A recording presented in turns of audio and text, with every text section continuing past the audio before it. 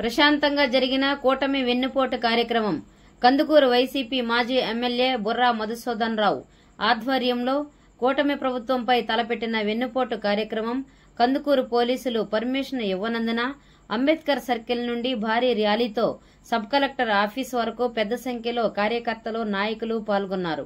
Sub కలెక్టర్ను కలిసి ప్రభుత్వానికి అర్జీ సమర్పించారు.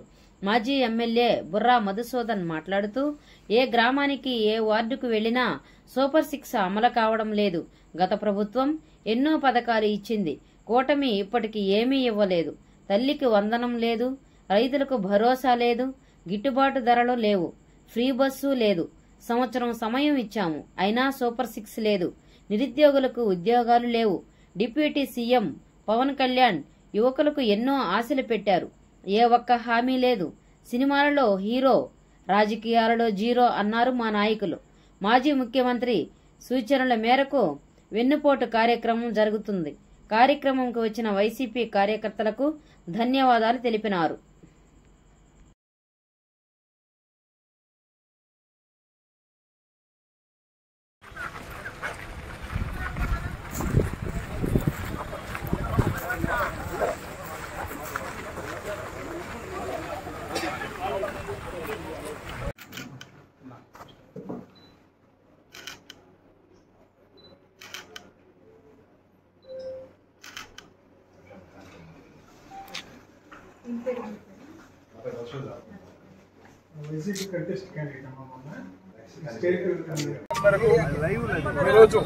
వెన్నుపోటు దినాన్ని ప్రకటిస్తూ కందుకూరు కాన్స్టిట్యున్సీ స్థాయిలో భారీ ర్యాలీ నిర్వహించి కందుకూరు మనుమూల నుంచి వైఎస్ఆర్ కాంగ్రెస్ పార్టీ శ్రేణులు, కార్యకర్తలు, ప్రజలందరూ కూడా ఈ కూటమి ప్రభుత్వం చేసే అన్యాయం మీద తిరుగుబాటు చేయడం జరిగింది.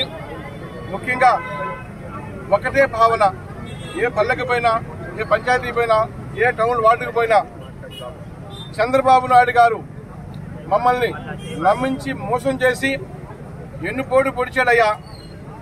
3 పూలు 6 కాయలుగా పరిపాలన నడుస్తున్న జగన్మోహన్ రెడ్డి గారిని వదులుకొని మేము చంద్రబాబు నాయుడు గారు మోసపూరితమైన మాటలు నమ్మి సూపర్ 6, సూపర్ 7 సంపద సృష్టిస్తాను, లేనిపోని మాటలు చెప్పి మాతోని ఓట్లు వేయించుకొని మాకు ఎన్నుపోటు పొడిచారు అని చెప్పి ప్రజలను కూడా తీర్మానం చేయడం జరిగింది.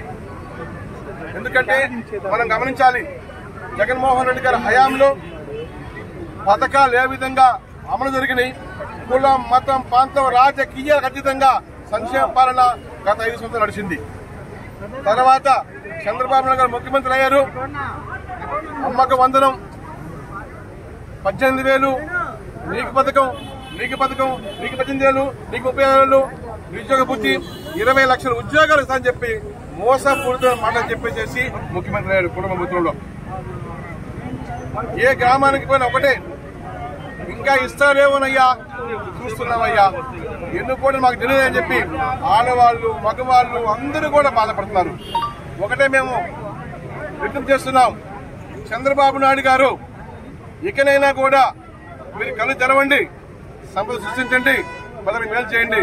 ఎందుకంటే నువ్వు అనుభవికునివి, చాలా వయసు ఉంది, సుదీర్ఘ రాజకీయం చేశారు, మీరు మేలు చేశారని చెప్పి ప్రజలు మీకు ఓటేసి గెలిపించారు. మేనేజర్ నుంచి మీ వాళ్ళు గ్రామ స్థాయి నుంచి మండల స్థాయి దాకా, మండల స్థాయి నుంచి ఎమ్మెల్యే స్థాయి దాకా, మినిస్టర్ దాకా దోచుకో, దాచుకో, పంచుకో ఈ కార్యక్రమం వాళ్ళు చేస్తున్నారు. ప్రజలు గమనిస్తున్నారు, మేము కూడా చూస్తున్నాం.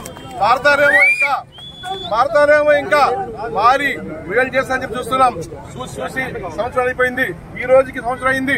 ఎన్నుపోటు పొడిచారని చెప్పి నిర్ధారణ చేసుకుని మేము ఈ రోజు ప్రజల్లోకి వచ్చాం. ప్రజలంతా మేము నడుస్తున్నాం.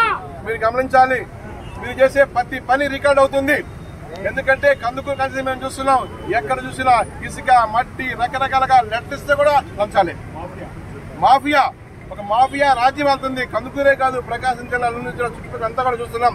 రోజు మాకు కలుస్తున్నాం. ఎమ్మెల్యేలు కావచ్చు, వాళ్ళు చేసే దుస్వ ఏదైతే చేస్తున్నారో ఆ దుస్థితి పాలన నడుస్తుంది.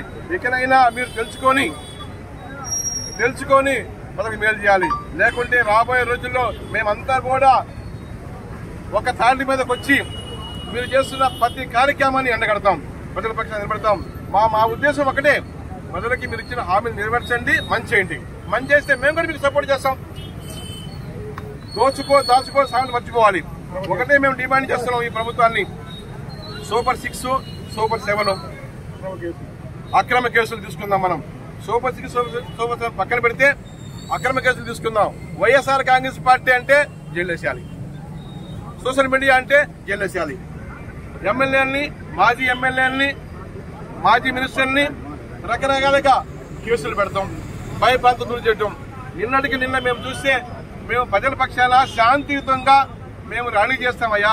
ఈ గవర్నమెంట్ కి కళ్ళు చేసే మాదిరిగా ప్లే కార్డులు పట్టుకొని మెర్సీ స్కూల్ కాడి నుంచి మేమంతా కూడా ర్యాలీకి వచ్చి చేస్తామంటే మీరు చేయకూడదు, జెండా కట్టకూడదు, ప్లే కార్డు పట్టకూడదు, మీ గొంతు నొక్కేస్తాం. మేము చెప్పిన కానీ మీరు ప్రచారం చేసుకోవాలి. ఎక్కడి నుంచి ఇక్కడ ఒక పర్లకు దూరంలో ఏమయ్యా డెమోక్రసీలో మనం ఉన్నాం. ఎక్కడి నుంచి మీకేం పోతున్నాయా? ఎండకి ప్రజల పక్షాల ప్రజలను మేము పనిచేస్తున్నాం, మీకు తెలియపరుస్తున్నాం. దాన్ని కూడా ఆపి మా గొంతు నొక్కేసేసి మీరు ఇంకా కూడా కప్పేసి దుర్మార్గం పాల్చేసే పరిస్థితి కందుకూరు దాపరించింది. మా గవర్నమెంట్ లో ఎవరు నేను చేసుకోమన్నాం, సలహాలు ఏమి చెప్పాం, సూచనలు ఏమి చెప్పాం, అవి పాటించాం. అలా కాకుండా మీరు